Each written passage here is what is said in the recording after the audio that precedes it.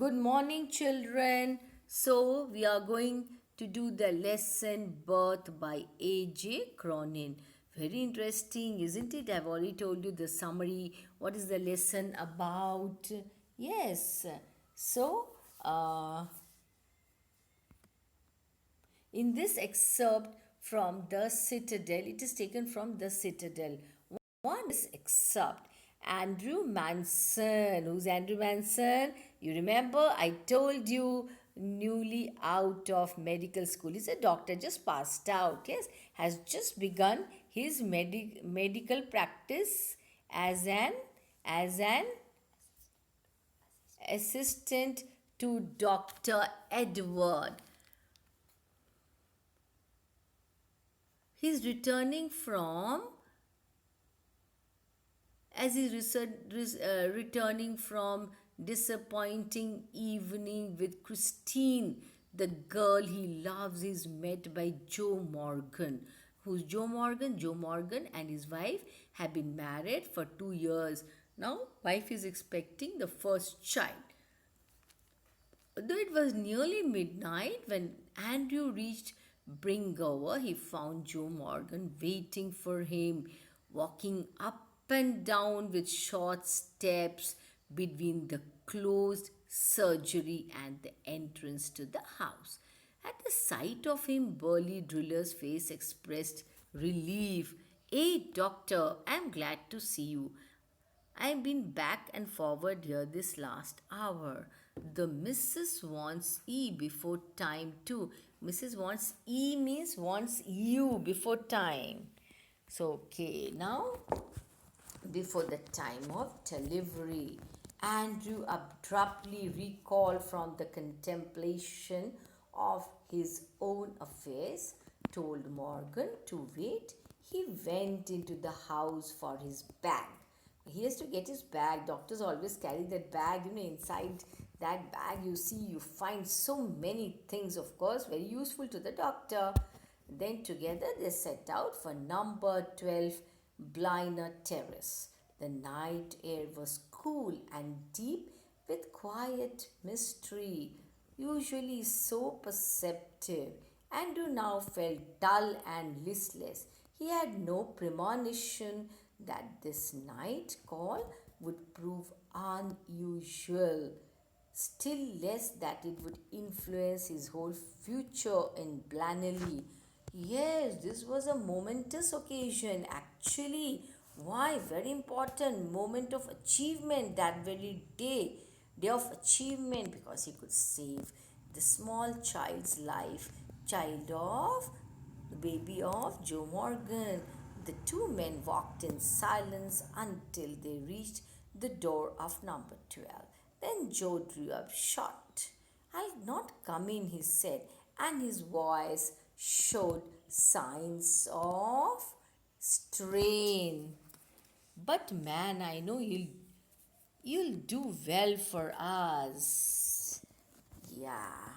Now, inside a narrow stair led up to a small bedroom, clean but poorly furnished, and it and lit only by an oil lamp. Here, Mrs. Morgan's mother, a tall, grey-haired woman of nearly 70, and stout elderly midwife waited. So, mother of Joe Morgan and the midwife, that is a nurse, were waiting beside the patient. Who's the patient? Joe Morgan's wife, who's about to deliver, watching Andrew's expression as he moved about the room. "Let me make you a cup of tea, Dr. Patch," said the former.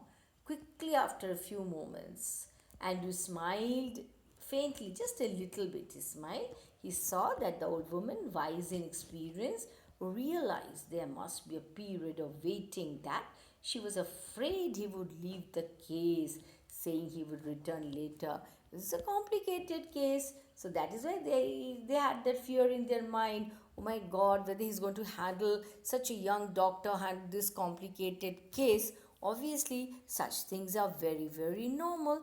Don't fret, mother. Don't be disappointed. Don't be scared. Joe Morgan tells his mother, "I'll not run away." I mean, the doctor tells his mother, "No, I will not run away." Down in the kitchen, he drank the tea which she gave him. Overwrought as he was, he's also worried. He knew he could not snatch even an hour's sleep if he went home. Now, if he had left this case and gone home, he wouldn't be able to sleep in peace. He knew too that the case here would demand all his attention. A queer lethargy of spirit came upon him. Okay, so if he felt a little lethargic, he decided to remain until everything was over. Obviously, he has to be there. Yeah, an hour later, he went upstairs again, noted the progress made, came down once more, sat by the kitchen fire. It was still, except for the rustle of a cinder in the grate and the slow tick tock of the wall. A cinder was still there in the fire, kitchen fire. Now there was another sound, the beat of Morgan's footsteps as he paced in the street outside. He's pacing, walking up and down. What does this indicate? That he's tensed, absolutely tensed. Doesn't know what is going to happen. The old woman opposite him sat in her black dress, quite motionless, that is, without any movement, her eyes strangely alive and wise, probing, never leaving his face. His thoughts were heavy, muddled, confused. He's sort of confused. The episode he had witnessed at Cardiff Station still obsessed him morbidly. He thought of Bramwell, foolishly devoted to a woman who deceived him sordidly, of Edward Page. Such things are going on in his mind, bound to the shrewish Blodwen of Denny, living unhappily apart from his wife. His reason told him that all these marriages were dismal failures. Very badly the marriages failed. It was a conclusion which, in his present state, made him wince, worried, disappointed, made him think he wished to consider marriage as an idealistic state, something that would be ideal. Yes, he could not otherwise consider it with the image of Christine before him. Her eyes shining towards him admitted no other conclusion. It was the conflict between his level, doubting mind and his overflowing heart which left him resentful and confused. He's resentful. Oh, why did this happen? Why did this happen? That's called resentful. He let his chin sink upon his chest, stretched out his legs, stared broodingly into the fire in a very dull manner. It is called brooding. When one is full of sorrow, that is, one broods. He remained like this so long, and his thoughts were so filled with Christine that he started when the old woman opposite suddenly addressed him. Her meditation had pursued a different course.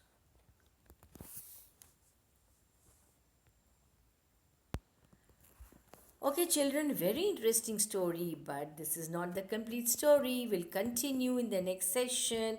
What is your assignment? Read it 2 or 3 times, underline all the difficult words, write down the meaning. It's a lovely, lovely, beautiful story. I like this story very much because it is about a child who was stillborn, and this doctor who had just passed out was successful in what? Was successful in what? Instilling life in that small little baby. Wonderful. It was such a miraculous thing that happened. Lovely. Imagine the joy of the parents at that moment. Yes, so it's a beautiful story. Again, I repeat it, read it. That's all. Thank you, children. Bye bye.